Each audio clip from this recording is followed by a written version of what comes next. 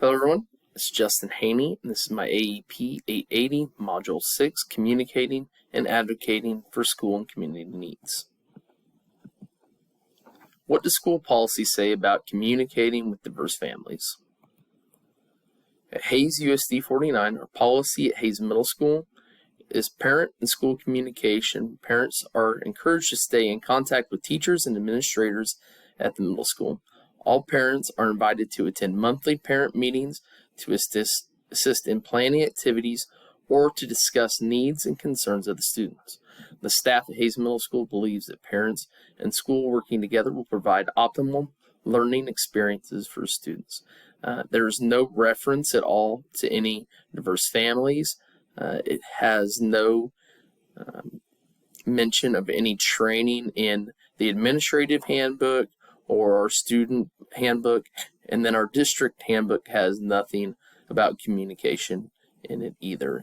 Going through all my master's classes so far, I've been somewhat disappointed in our district's just policies and everything that's covered through them.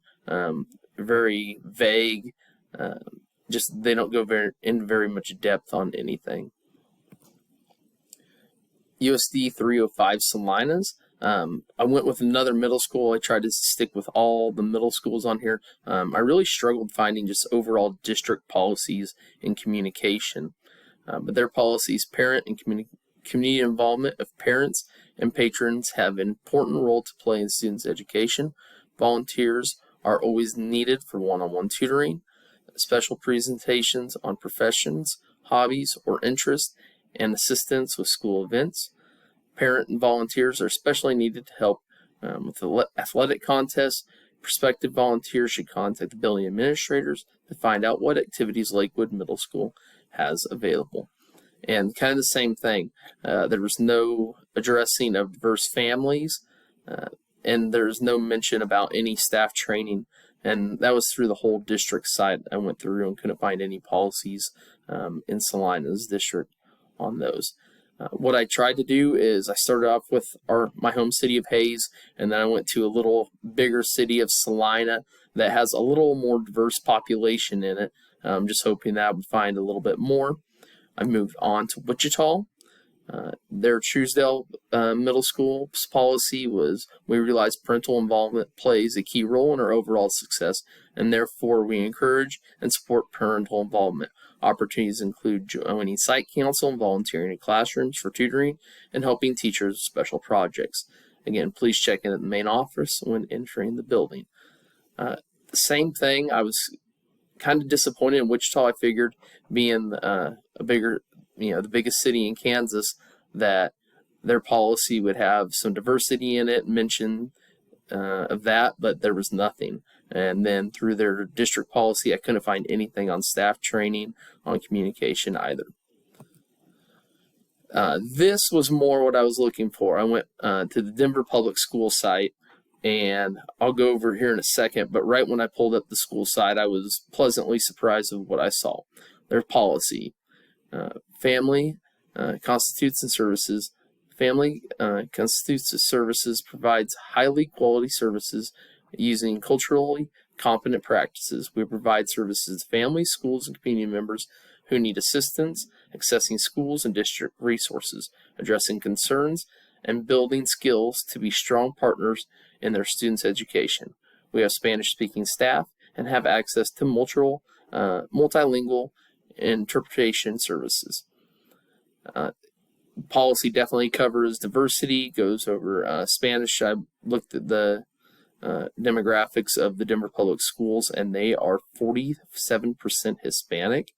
As I went through, I couldn't find anything on staff training on the public schools on their site, but just being the diverse community that Denver is, I'm sure they have lots and lots and lots of training that goes through it.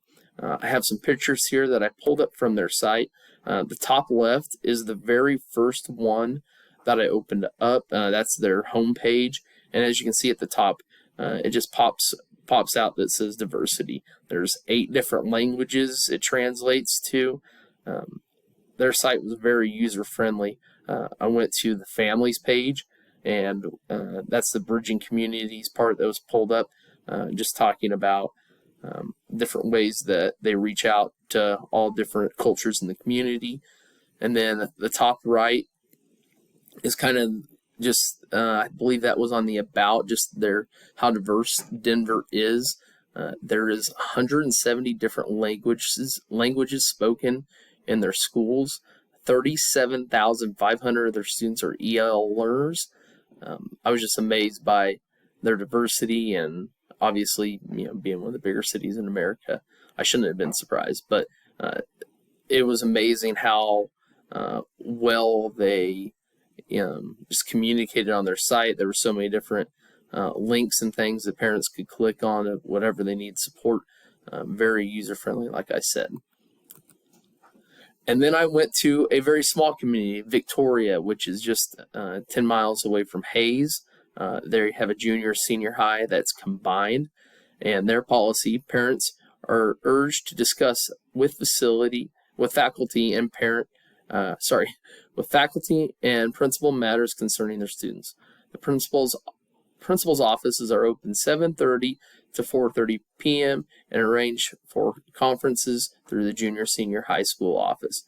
In educational planning, the students' achievements, abilities, and interests are shown, and test findings, school records, and personal interviews considered. Definitely no mention of diversity for families, and there's no mention of any training. And like I said, it's a very small German community that is not very diverse at all. Their site, I was just kind of surprised. Their whole basically policies and everything were just on one document, so I had to search through and find and try to pull that out of there somewhere. Okay, why we need professional learning on communicating with our diverse families. Benefits you'll see. Number 1, positive change in student and parent attitudes about school. Number 2, increased parental involvement and feedback. Number 3, built trust between home and school, less complaints. Number 4, increased inclusiveness and equity. Number 5, shared knowledge and creates and supports student rapport. Number 6, improved academic performance. Number 7, school and district-wide increased public relations. Number 8, an empathetic understanding of why we are seeing behaviors at school. And number 9, increased parental involvement in school and activities. Just a couple of these I want to hit on. The number 1 goal is we're looking for improved academic performance. We want to see our kids grow and develop, not professionally, but academically and emotionally, just behavior-wise. We want to see them, become good adults one day, and that's a big part of what creating kind of that family concept of bringing it in is going to help with.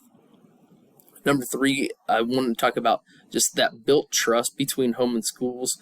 If you have a relationship built there with the families and you're communicating with them, you're going to get a lot less complaints, and your administration, I think, would definitely appreciate that. The less complaints that come through the office, the easier their lives are, and the typically easier your life is going to be in turn also. Just school-wide and district-wide public relations. We always want our schools to have good PR and have good standings in the community, and I think these are little steps that go into building that. Number 8, maybe the most important thing I want to talk about, just an empathetic understanding of maybe why we're seeing behaviors and things at school from kids.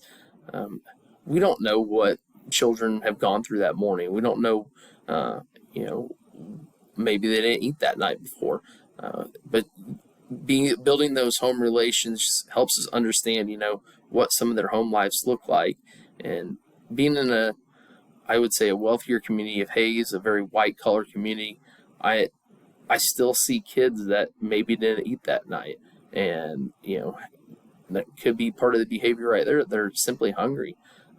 Who knows what they might be going through, what they've seen at home, and just having an empathetic view of their home life and what their struggles maybe help us as educators. Strategies we would cover for training. Using beginning of the year questionnaires and surveys. These are ones that definitely should be in both languages. If you have a sent home one, maybe have the front side in English and the back side in Spanish. That way you kind of know what's spoken at home, what's easier to relate for the families. Number 2, make a good first impression, whether it's a home letter, an email, home visit, phone call, etc. Just make a good impression, establish that relationship at the beginning of the year. Number 3, be personal but professional. Use an understandable language. You don't have to use all the longer definition terms of things that we use in education sometimes. Make it so they can understand it.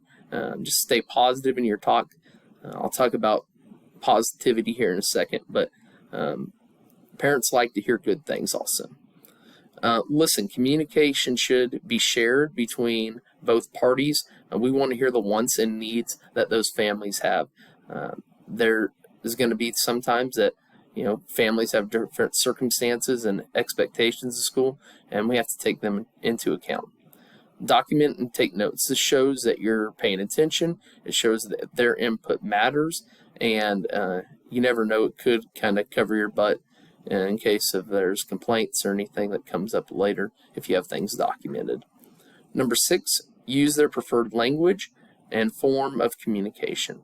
So whatever their language may be, make sure things are translated. If you need to arrange a translator, if you need to use technology for it, and have that ready in advance.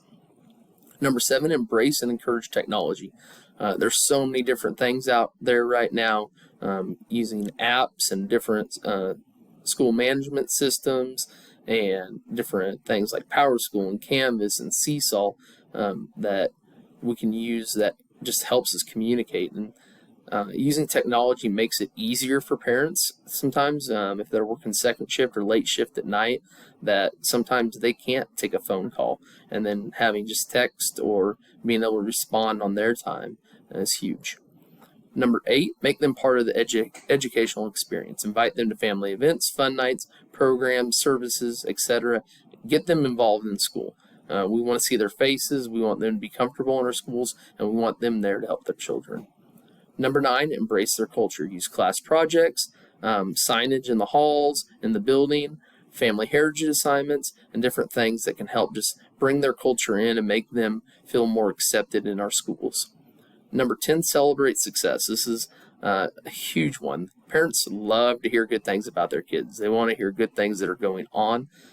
So many times those phone calls home or emails are things that are negatives or behaviors that we've seen in school. I think we use the 5-to-1 method. We should use 5 positive things that we've seen compared to the 1 negative. So try to be more positive than you are negative. Obviously, if there's behaviors, you need to address them, but show the positive as well. And here's my references. Thank you all, and have a good day.